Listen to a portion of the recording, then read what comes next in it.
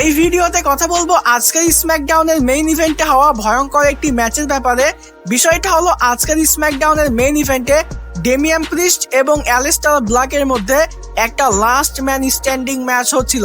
যারা আজকের স্ম্যাকডাউনের শোটা দেখেছেন, তাছাড়া রিভিউ ভিডিও দেখেছেন আমার, তারা অবশ্যই জেনে থাকবেন যে এই ম্যাচটা কিন্তু দুর্দান্ত অসাধারণ একটা ম্যাচ ছিল। তবে এই ম্যাচের এন্ডিংটা কিন্তু আরো অনেক বেশি শকিং ছিল। সচরাচর এরকম এন্ডিং কিন্তু আমরা নর্মাল কোনো শোতে দেখতে পাই না। যেহেতু অ্যালিস্টার ব্ল্যাক এবং ডেমিয়ান প্রিস্ট একটা লাস্ট ম্যান স্ট্যান্ডিং ম্যাচের মধ্যে কম্পিট করতেছিল, এর জন্য এই ম্যাচের মধ্যে আমরা স্টিল স্টেপ, ক্যান্ডোস্টিক এবং স্টিল চেয়ার সবকিছুরই কিন্তু ভালোই ব্যবহার দেখতে পেয়েছি। আর তাছাড়া এই ম্যাচের মধ্যে ডেমিয়ান প্রিস্টের পারফরমেন্স কিন্তু দুর্দান্ত ছিল। সে কিন্তু এপ্রিলের উপরে অ্যালিস্টার ব্ল্যাকে জোক স্ল্যাম লাগায়, এরপর দুইটা রেজার এজেস দেখতে পাই, যেটাও কিন্তু অনেক স্মুথ ছিল। এরপরে আমরা অডিয়েন্সদের মধ্যেও কিন্তু ডেমিয়ান প্রিস্ট এবং অ্যালিস্টার ব্ল্যাকের মধ্যে ফাইট দেখতে পাই।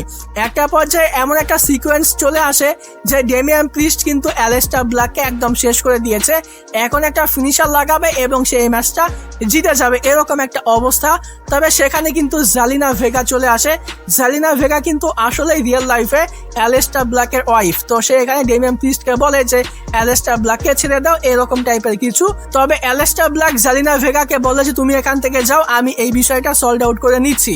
এরপর অ্যালিস্টার ব্ল্যাক কিভাবে জানি একটা ফায়ারবল পেয়ে যায় এবং এটা সরাসরি ডেমিয়ান প্রিস্টের মুখে মেরে দেয়, এবং আসলেই কিন্তু এটা ডেমিয়ান প্রিস্টের মুখে গিয়ে লেগেছে।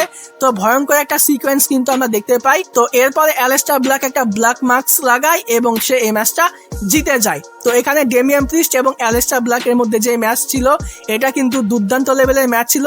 এই ম্যাচের মধ্যে আমরা তাগড়া কিছু স্পট দেখতে পেয়েছি, বিশেষ করে ফায়ারবল দিয়ে যে ডেমিয়ান প্রিস্টের মুখের মধ্যে মেরেছে, এটা কিন্তু আসলেই অনেক ভয়ঙ্কর একটা স্পট ছিল। তো ওভারঅল এ সপ্তাহের স্ম্যাকডাউনের শোটা কিন্তু দুর্দান্ত ছিল, আমার কাছে বেশ ভালো লেগেছে।